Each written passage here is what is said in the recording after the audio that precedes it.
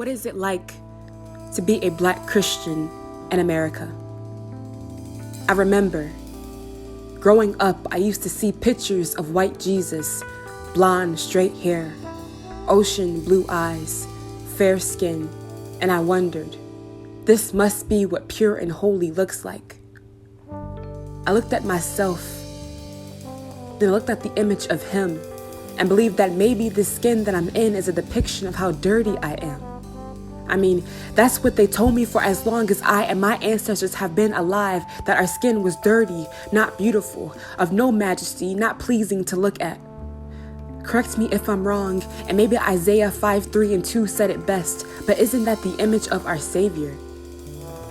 To be a Black Christian in America meant deception from a majority of my life. That's how they kept us in chains, twisting and turning truths in scriptures, white masters, justifying slavery as a means of controlling our livelihood. So when they ask me, what is it like to be a Black Christian in America, deep down I am angry. Don't get me wrong. I am proud to be Black, and I stand as an ambassador for Christ. But forgive me for my hostility. This country was never my tis of thee. In God we trust, but I've never known this land to be of sweet liberty. To be Black, to be Christian, meant persecution sewn twice into that flag, doubling the amount of tears, sweat, and blood running through those red stripes.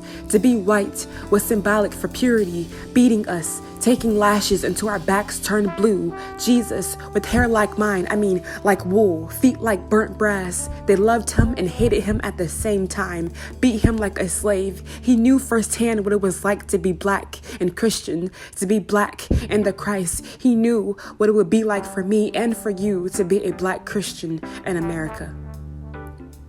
So when I look back at those false images of my Savior, it saddened me that I never known a man.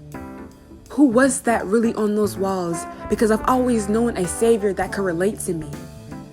Why did they have to take the one thing I knew to be true and twist it for their own supremacy? When I grew up looking at those pictures of a fair-skinned, blue-eyed, straight-haired Jesus and thought that my skin is what made me a dirty sinner, something was wrong.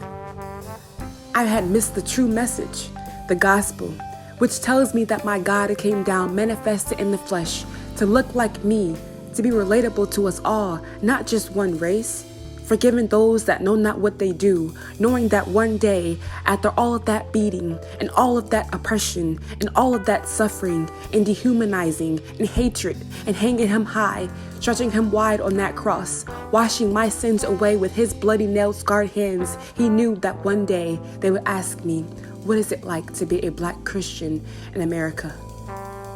And I would gladly tell them that because of my Savior, it is like being purified.